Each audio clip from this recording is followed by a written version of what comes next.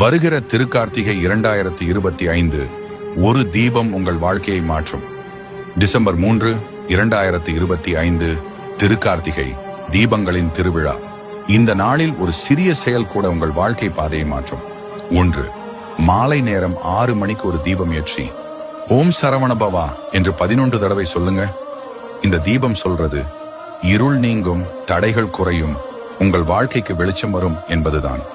சிறப்பு பலன்: வீட்டில் அமைதி, மனக்குழப்பம், தீர்வு, தொழில், வியாபாரத்தில் முன்னேற்றம். 2. முருகனுக்கு சிவப்பு பூ ஒரு மலர் இருந்தா போதும். வேல் வேல்னு 3 தடவை சொல்லுங்க. இதுக்கு கிடைக்கிற அருள் விரைவான வெற்றி. 3. தீபம் வீட்டு வாசலிலோ பக்கத்து ஆலயத்திலோ வைத்தாலே போதும். தேங்காயில தீபம் எரித்தாலும் மிகப்பெரிய புண்ணியம். 4.